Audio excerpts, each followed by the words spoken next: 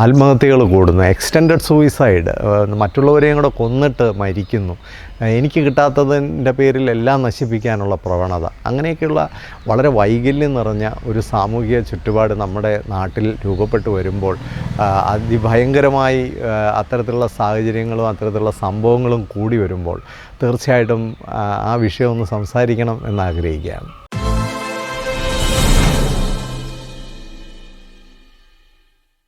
എല്ലാം പെട്ടെന്ന് കിട്ടണം, ഒന്നും താമസിക്കാൻ പാടില്ല, പ്രയാസങ്ങളൊന്നും വരരുത്, വെല്ലുവിളികളൊന്നും വരരുത്, നമ്മൾ ആഗ്രഹിക്കുന്ന കാര്യങ്ങളെല്ലാം സാധിച്ചെടുക്കണം. ഇത്തരത്തിലുള്ള ഒരു തലമുറ വളർന്നു വരുന്നത് വലിയ അപകടകരമായ ഒരു സാമൂഹിക അവസ്ഥയാണ്. ഇന്ന് ആത്മഹത്യകൾ പെരുകുന്നതും നമുക്ക് പറ്റാത്ത സാഹചര്യങ്ങളൊക്കെ വരുമ്പോൾ നമ്മുടെ കൂടെയുള്ളവരെ കൊന്നിട്ട് ആത്മഹത്യ ചെയ്യുന്നതും എല്ലാം നശിപ്പിക്കാൻ ശ്രമിക്കുന്നതും എനിക്ക് കിട്ടാത്തതൊന്നും ആർക്കും കിട്ടരുതെന്നുള്ള വാശിയോടുകൂടി പ്രവർത്തിക്കുന്നതും ഒക്കെ ഇന്ന് സമൂഹത്തിൽ ഒരുപാട് കണ്ടുവരികയാണ്. നിസ്സാര കാര്യങ്ങൾക്ക് വേണ്ടി വരെ ജീവിതം വലിച്ചെറിയാൻ ഒരു പ്രയാസവും വിദ്യാഭ്യാസം ഉണ്ടെന്ന് വിചാരിക്കുന്നവർക്ക് പോലും ഇല്ല. അപ്പോൾ അത്തരത്തിൽ ഒരു സാമൂഹിക അവസ്ഥ വരുമ്പോൾ നമ്മളിത് വളരെ ഗൗരവമായിട്ട് ചിന്തിക്കേണ്ട ഒരു കാര്യമാണ്. പ്രത്യേകിച്ച് ഇലക്ഷനൊക്കെ ആയതുകൊണ്ട് നമ്മൾ ഇത്തരം കാര്യങ്ങളിലൊന്നും ചർച്ചകളെ ഉണ്ടാവുന്നില്ല.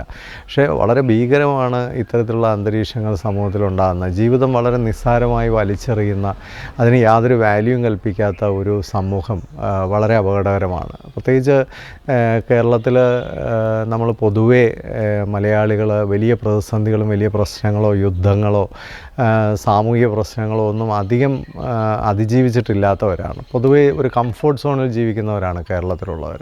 അതുകൊണ്ട് തന്നെ മലയാളിക്ക് ഒരു ആഡ്വേഴ്സിറ്റി കോഷ്യൻ്റ് ഒരു പരിധി വരെ കുറവാണെന്നും നമുക്ക് കാണേണ്ടതുണ്ട്. പക്ഷേ നമ്മുടെ കഴിഞ്ഞ തലമുറയിലൊക്കെ ഇവിടെ നിന്ന് പോയി ലോകം മുഴുവൻ കീഴടക്കിയ ധാരാളം മലയാളികളെയും നമ്മൾ കണ്ടിട്ടുണ്ട്. അപ്പോൾ ഒരു സ്ഥലത്ത് മലയാളി അതിജീവനത്തിൻ്റെ വലിയ ശക്തി കാണിച്ചിട്ടുള്ളവരാണ്. എന്നാൽ വേറൊരു സ്ഥലത്ത് ഇൻഡിവിജ്വലായിട്ട് നോക്കുമ്പോൾ അവർ വളരെ വീക്കായിട്ട് തോന്നാറുണ്ട്. അപ്പോൾ അത്തരം കാര്യങ്ങളിൽ നമുക്കിനി ചെയ്യാൻ കഴിയുന്നത് പ്രായമുള്ളവരെ മാറ്റിയെടുക്കുക എന്നുള്ളതല്ല. ഒരു യുവതയെ രൂപപ്പെടുത്തുന്ന സമയം മുതൽ, കുട്ടികളെ രൂപപ്പെടുത്തുന്ന സമയം മുതൽ നമ്മൾ എന്തെല്ലാം ശ്രദ്ധിക്കണമെന്നുള്ളതാണ് ഏറ്റവും പ്രധാനം. ജീവിതം എന്ന് പറയുന്നത് എപ്പോഴും സുഖവും സന്തോഷവും നേട്ടങ്ങളും കുറേ സാധനങ്ങളും ഒന്നുമല്ല. ജീവിതം എന്ന് പറയുന്നത് സമ്മിശ്രമാണ്. അതിൽ നേട്ടങ്ങളുണ്ടാകാം, കോട്ടങ്ങളുണ്ടാകാം, ചിലപ്പോൾ വീഴ്ചകളുണ്ടാകാം, വലിയ പ്രതിസന്ധികളുണ്ടാകാം, നമ്മൾ നനച്ചിരിക്കാതെ വലിയ തിരിച്ചടികളുണ്ടാകാം. ഇതൊക്കെ ജീവിതത്തിൻ്റെ ഭാഗമാണ്. അത്തരം സാഹചര്യങ്ങൾ വരുമ്പോൾ, സന്തോഷം വരുമ്പോൾ അതിഭയങ്കരമായി ആഘോഷിക്കുന്ന ഒരു ജനത, സങ്കടം വരുമ്പോൾ പിടിച്ചു നിൽക്കാൻ കഴിയാതെ തകർന്നു പോകുന്നത് വലിയ അപകടകരമാണ്. അപ്പോൾ ഒരു സമചിത്തമായ അല്ലെങ്കിൽ ഒരു സന്തുലിതാവസ്ഥ മനുഷ്യനിൽ ഉണ്ടാക്കിയെടുക്കേണ്ടത് വളരെ ആവശ്യമാണ്. ജീവിതത്തെ ഒരു സന്തോഷമൊക്കെ വരുമ്പോൾ മിതമായി സന്തോഷിക്കാനും പ്രയാസങ്ങളൊക്കെ വരുമ്പോൾ മിതമായി വിഷമിക്കാനും ഒക്കെ മനുഷ്യൻ പഠിക്കേണ്ടതായിട്ടുണ്ട്.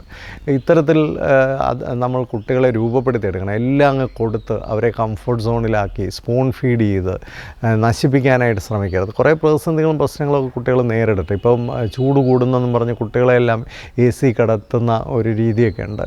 അതിനുവേണ്ടിയൊന്നും ഇത്ര കഷ്ടപ്പെട്ട് AC ഒന്നും വാങ്ങിക്കേണ്ട കാര്യമില്ല. ഈ ചൂടൊക്കെ ഒന്ന് സഹിച്ച് ഇതിനെയൊക്കെ അതിജീവിച്ച് വരാൻ കുട്ടികളെ പ്രാപ്തമാക്കുക. പഠിക്കാൻ പോകുന്നിടത്തൊക്കെ എല്ലാ സൗകര്യങ്ങളും അങ്ങ് ചെയ്തു കൊടുക്കുകയല്ല വേണ്ട. അവർക്ക് ചില പ്രതിസന്ധികളും പ്രശ്നങ്ങളും ഒക്കെ നേരിടാനുള്ള അവസരങ്ങളും കൂടെ കൊടുക്കുക. പലപ്പോഴും അവരെ ഒന്ന് തിരുത്താനോ ക്രമീകരിക്കാനോ രൂപപ്പെടുത്താനോ ആരും തയ്യാറല്ല എന്നുള്ളതാണ് ഏറ്റവും മോശമായൊരു കാര്യം. മാതാപിതാക്കൾക്ക് കുട്ടികളുടെ സ്വഭാവ രൂപീകരണത്തിലോ അവരുടെ ഒരു വ്യക്തിത്വ രൂപീകരണത്തിലോ ഇടപെടാൻ സാധിക്കുന്നില്ല. നല്ല ഗൈഡൻസ് ഇല്ല. ഞാൻ ഇന്നലെ ആലപ്പുഴയിലെ ഒരു പറ്റം കുട്ടികൾക്ക് ഒരു ക്ലാസ് എടുക്കുകയാണ്. സത്യം പറഞ്ഞാൽ ആ കുട്ടികളുടെ ഒരു ഗൈഡൻസിൻ്റെ ദാരിദ്ര്യം കണ്ട് എനിക്ക് അതിശയം തോന്നി. കാരണം അവരെ ആരും ഗൈഡ് ചെയ്തിട്ടില്ല, അവർക്കാരും ജീവിതത്തിൽ ചില കാര്യങ്ങളൊന്നും പറഞ്ഞു കൊടുത്തിട്ടില്ല. അപ്പം അത്തരത്തിലുള്ള ശക്തമായ ഗൈഡൻസൊക്കെ സമൂഹത്തിൽ ആവശ്യമാണ്. കുട്ടികൾക്കൊരു മെൻറ്ററൊക്കെ ഉണ്ടാവണം, അവരെ ക്രമീകരിക്കാനും രൂപപ്പെടുത്താനും ഒക്കെ ആൾക്കാരുണ്ടാവണം. പിന്നെ ഒരു പ്രയാസമോ പ്രശ്നമോ വരുമ്പോൾ നമുക്ക് സ്വന്തമായി തന്നെ എല്ലാം പരിഹരിക്കാൻ കഴിയണമെന്നില്ല. ഒരു ഇൻഡിപെൻഡൻസി ഡെവലപ്പ് ചെയ്യുമ്പോൾ തന്നെ ഒരു ഇൻ്റർ ഡിപ്പെൻഡൻസിയും കൂടെ ബാലൻസ് ചെയ്യാൻ നമുക്ക് കഴിയണം. ആവശ്യമുണ്ടെങ്കിൽ മറ്റുള്ളവരുടെ ഹെൽപ്പ് എടുക്കാൻ, സഹായം ചോദിക്കാൻ, ഇതിനൊക്കെ കഴിയണം. എപ്പോഴാണ് ഒരു സഹായം ചോദിക്കേണ്ടത്? നമുക്ക് കാര്യങ്ങൾ നമ്മുടെ കൺട്രോളിലല്ല എന്ന് കാണുമ്പോൾ തീർച്ചയായിട്ടും ഒരു ഹെൽപ്പ് എടുക്കാനൊക്കെ ഉള്ള മനസ്സ് നമ്മുടെ ചെറുപ്പക്കാർക്കൊക്കെ ഉണ്ടാവണം, മാതാപിതാക്കൾക്കും ഉണ്ടാവണം.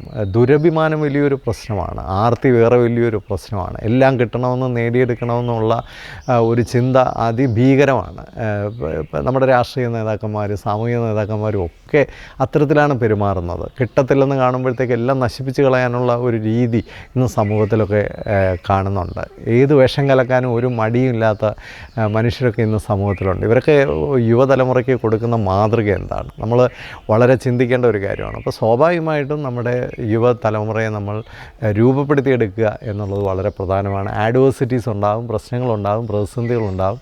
ആ സമയത്തൊക്കെ സമചിത്തതയോടുകൂടി നല്ല ധൈര്യത്തോടു കൂടി കാര്യങ്ങളെ നേരിടാൻ തയ്യാറായാൽ തീർച്ചയായിട്ടും അതിനെയൊക്കെ അതിജീവിച്ച് നമുക്ക് വരാനായിട്ട് സാധിക്കും. അത്തരത്തിലുള്ളൊരു വ്യക്തിത്വ വികസനം, ജീവിതം പഠിപ്പിക്കൽ, ഇതൊക്കെ ഈ കാലഘട്ടത്തിൻ്റെ ആവശ്യമാണ്.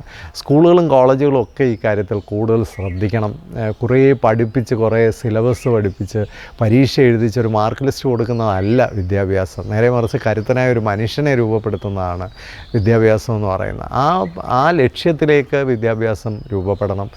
കുട്ടികളെ വളർത്തുന്ന മാതാപിതാക്കളൊക്കെ നല്ല ഗൈഡൻസ് കുട്ടികൾക്ക് കൊടുക്കാനായിട്ട്, അതും കൂടി ജീവിതത്തിന് ആവശ്യമാണ്. കുറേ ട്യൂഷനും കോച്ചിങ്ങും മാത്രമല്ല, നല്ല ഗൈഡൻസ് മനുഷ്യന് ആവശ്യമാണ്. കിട്ടാതൊക്കെ വരുമ്പോൾ അത് സഹിക്കാനുള്ളൊരു മനസ്സ്, വിട്ടുകൊടുക്കാനുള്ളൊരു മനസ്സ് വളരെ ആവശ്യമാണ്. തോൽക്കാനും പഠിക്കണം, വീഴാനും പഠിക്കണം, എഴുന്നേക്കാനും പഠിക്കണം. ഇതൊക്കെ വളരെ പ്രധാനമാണ്. ഇതൊക്കെ ഇല്ലെങ്കിൽ ജീവിതത്തിന് യാതൊരു അർത്ഥവുമില്ല. സത്യം പറഞ്ഞാൽ തോറ്റും വിട്ടുകൊടുത്തുമൊക്കെയാണ് ജീവിതത്തിൽ ഒത്തിരി വലിയ നന്മകളൊക്കെ നമ്മൾ രൂപപ്പെടുത്തിയെടുക്കുന്നത്. തോറ്റവനെ അറിയത്തുള്ളൂ ജയത്തിൻ്റെ സുഖം. വിട്ടുകൊടുത്തവനാണ് അവസാനം ആത്യന്തികമായി വിജയിക്കുന്നത്. ഇതൊക്കെ മനസ്സിലാക്കാൻ കഴിയണമെങ്കിൽ ജീവിതത്തിൽ ഉയർന്ന മൂല്യങ്ങൾ വേണം, നല്ല ആത്മീയത വേണം. ഇതൊക്കെ ഈ കാലഘട്ടത്തിൽ എല്ലാവരിലും നഷ്ടപ്പെടുകയാണ്. ദൈവം എന്നൊക്കെ പറയുന്നത് കുറേ അമ്പലവും പള്ളിയാണെന്നൊക്കെ തെറ്റിദ്ധരിച്ചിട്ട് അത്തരത്തിലുള്ള വൈകല്യങ്ങൾ നിറഞ്ഞ ഒരു ആത്മീയതയൊക്കെ ലോകത്ത് രൂപപ്പെടുമ്പോൾ കുട്ടികൾ തെറ്റിപ്പോകുന്നതിൽ, വീണു പോകുന്നതിൽ, നശിച്ചു പോകുന്നതിൽ അതിശയിക്കാൻ പറ്റില്ല. തീർച്ചയായിട്ടും ഒരു തിരുത്തൽ എല്ലാ രംഗത്തും ആവശ്യമാണ്, വളരെ ആത്മാർത്ഥമായി. രാഷ്ട്രമെന്ന് പറയുന്നത് നല്ല മനുഷ്യരുടെ ഒരു കൂട്ടമാണ്. അതിനുവേണ്ടിയുള്ള ശ്രമങ്ങൾ തുടരട്ടെ എന്ന് ആത്മാർത്ഥമായി ആഗ്രഹിക്കുന്നു. ഇത് നല്ലതെന്ന് തോന്നുമെങ്കിൽ മറ്റുള്ളവർക്കൂടെ ഷെയർ ചെയ്ത് കൊടുക്കുക. സബ്സ്ക്രൈബ് ചെയ്ത് ഈ പ്രവർത്തനത്തെയൊക്കെ ഒന്ന് സപ്പോർട്ട് ചെയ്യുക. Thank you so much.